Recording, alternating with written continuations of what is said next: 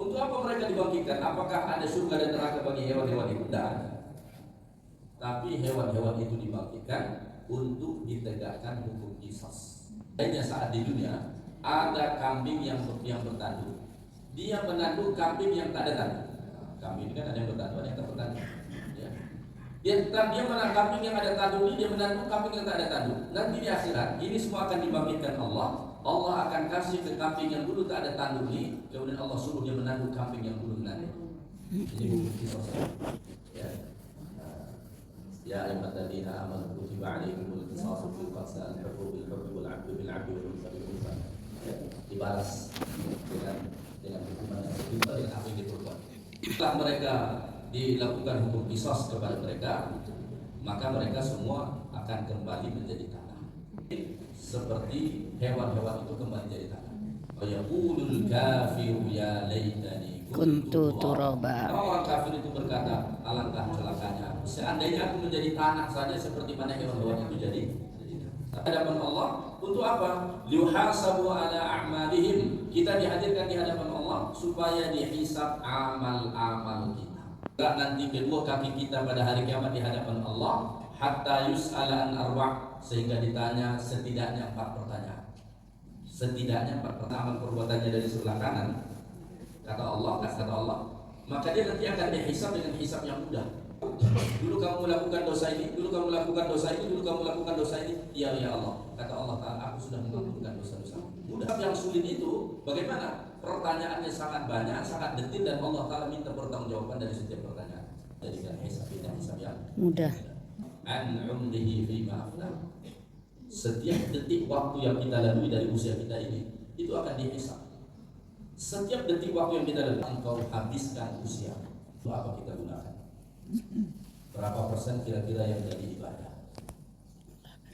Apakah lebih dominan kita gunakan untuk ibadah, atau justru sebalik? Hisablah diri kamu sebelum kamu dihisab di hadapan Allah.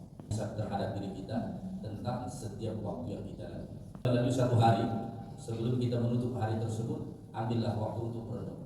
Bagaimana kita melewati hari ini? Berapa jam yang kita gunakan untuk ibadah? Dan berapa banyak pula yang kita habiskan sia-sia begitu saja tanpa ada nilai ibadah di dalam. Harta benda yang kita peroleh, dan dapatkan itu harta, dan untuk apa pula kita gunakan? Ya, untuk apa kita amalkan ilmu? Kewajiban kita terhadap ilmu pengetahuan yang kita dapat itu adalah mengamal. Tidak ada satu jiwa pun yang dizalim. Tidak nanti akan diperlakukan secara adil. Apapun nanti yang dikurangi kebaikan terhadap kebaikan walaupun kecil, pasti akan diberi Allah Ta'ala balasan. Allah kebukannya dosa negara, Allah melipat gandakan pahala kebaikan kita. Kalau Allah membalas amal-amal kebaikan kita dengan keadilan, maka satu kebaikan cuma satu pahala. Ya kan? Ya. Satu kebaikan cuma satu pahala. Tapi Allah Ta'ala membalas kebaikan kita itu dengan karunia-Nya.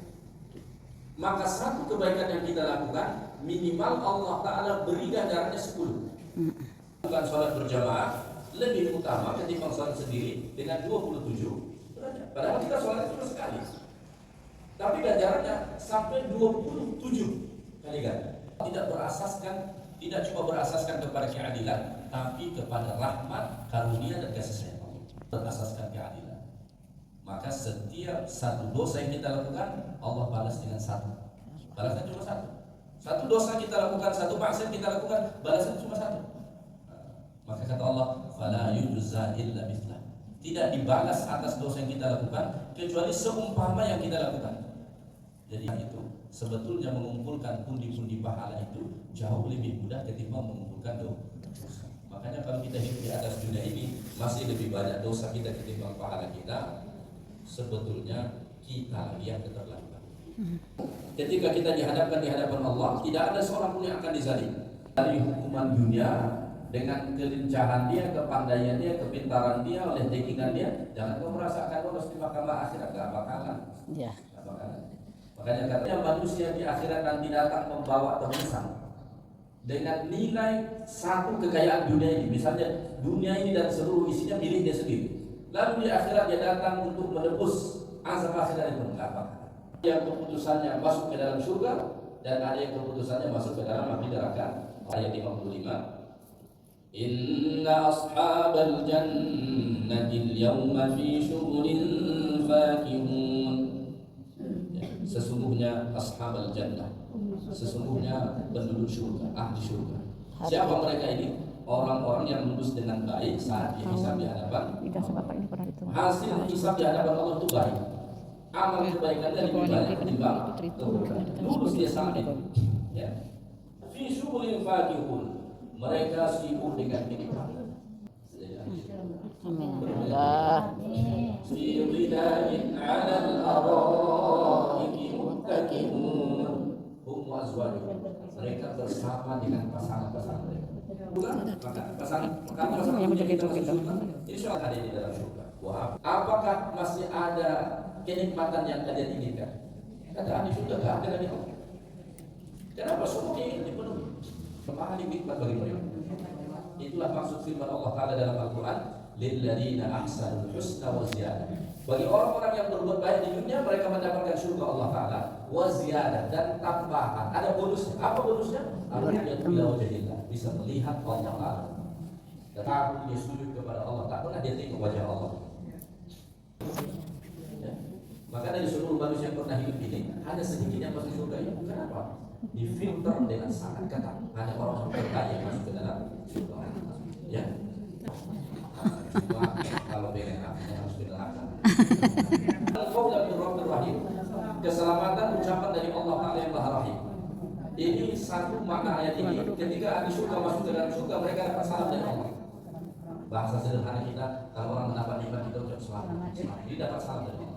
Ini pernyataan dari Allah Ta'ala bahwa ahli surga ketika masuk ke dalam surga semua dalam keadaan selamat.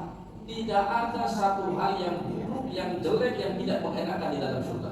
Disebut dalam hadis Nabi SAW, kita nanti akan dibangkitkan dari kubur kita, sebagaimana pertama kali kita dilahirkan ke atas dunia. Cuma bukan bayi. Maka disebut dalam hadis Nabi, nanti kita dibangkitkan itu, mohon maaf, dalam keadaan telanjang. Tidak ada sehelai benang. Yang kedua, tidak beralas kaki. Nggak ada yang pakai sendal, nggak ada yang pakai sepatu. Ya seperti kita lahirkan di dunia ini, kan nggak ada bayi lahir pakai sepatu. Ini bagi kita yang laki-laki terutama di dunia ini tidak difitnah. Yang memakai pakaian nggak ada. Tak kepikiran nengokin orang lain, melihat orang, nggak kepikiran sama sekali. Kenapa? Suasana pada mahsyar itu sangat mencekam.